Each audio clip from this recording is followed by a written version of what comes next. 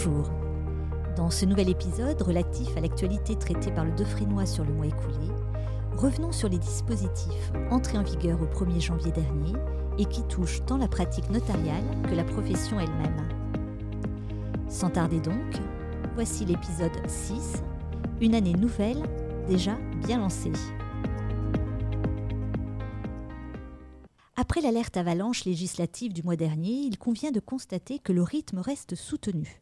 Sans surprise, bien entendu, avec la loi de finances pour 2023, à la suite de laquelle nous vous invitons dès à présent à vous inscrire au rendez-vous fiscal 2023 du Defrénois, qui se tiendra sous forme de web formation le 13 mars prochain à 17h, et à l'issue duquel, grâce à nos experts, vous serez en mesure d'analyser les dernières évolutions de la fiscalité du patrimoine, de maîtriser les impacts de ces évolutions sur la pratique, et ainsi d'envisager les nouvelles stratégies patrimoniales.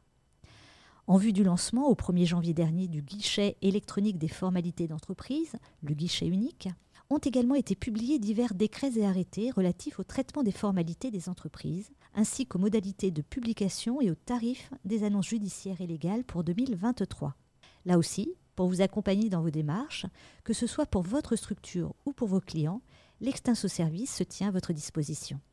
Vague réglementaire enfin, puisqu'à la suite de sa condamnation par le tribunal administratif de Paris dans son jugement du 14 octobre 2021, à réparer les conséquences de ces manquements dans la lutte contre le changement climatique, l'État semble à présent vouloir accélérer le mouvement. Un décret du 27 décembre, pris en application de la loi climat du 22 août 2021, précise le contenu du carnet d'information du logement et les modalités de sa mise en œuvre, et un arrêté du même jour liste notamment les travaux ayant une incidence significative sur les performances énergétiques d'un logement. Deux décrets des 26 et 27 décembre 2022 apportent des précisions sur les actions ou opérations d'aménagement soumises à évaluation environnementale et sur les procédures d'autorisation d'urbanisme relatives aux projets d'ouvrages installés sur le sol de production d'électricité à partir de l'énergie solaire. Un arrêté du 22 décembre revient sur les exigences de performance énergétique et environnementale des constructions temporaires ou de petites surfaces et des dérogations aux règles du PLU pour l'installation de dispositifs de végétalisation sont aussi prévues par un décret du 23 décembre. Alors vous le voyez, c'est une année nouvelle qui est déjà bien lancée. Et passons justement du côté de la profession qui connaît bien des évolutions.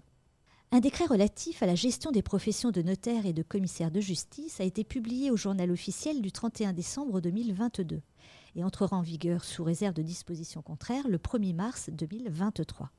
S'agissant plus spécialement des notaires, ce décret remanie certaines modalités d'application ou de réalisation d'opérations relatives à la transformation sociale et la cession des parts, à la constitution de sociétés de participation financière de profession libérale, les SPFPL, à la délivrance des autorisations de prolongation d'activité, ainsi qu'au changement de qualité ou d'affectation pour l'exercice de la profession.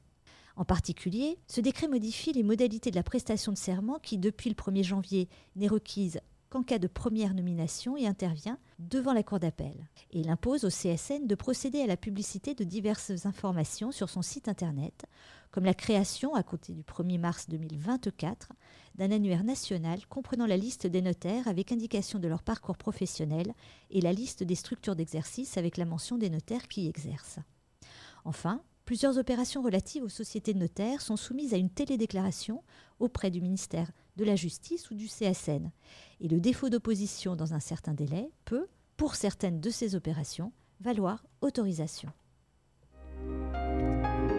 Enfin, du côté de la jurisprudence, a signalé un arrêt de la Cour de cassation du 5 janvier dernier. S'il est bien connu que l'usufruitier peut céder son droit à titre gratuit et que l'usufruit s'éteint notamment par la mort de l'usufruitier, il convient de garder à l'esprit qu'en cas de donation d'un usufruit déjà constitué à titre viager, l'usufruit s'éteint à la mort du donateur et non du donataire.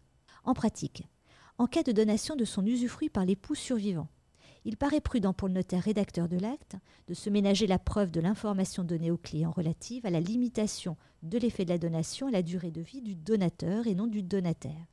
Et si cela ne correspond pas à leur souhait, de proposer une autre solution. Si vous souhaitez approfondir tous ces sujets et bien d'autres encore, je vous invite à consulter la base L'Extinso ou à feuilleter en particulier sur le kiosque l'extinso.fr tous les articles du Defrénois et du Defrénois Flash. On se retrouve bientôt pour un prochain épisode, alors au revoir.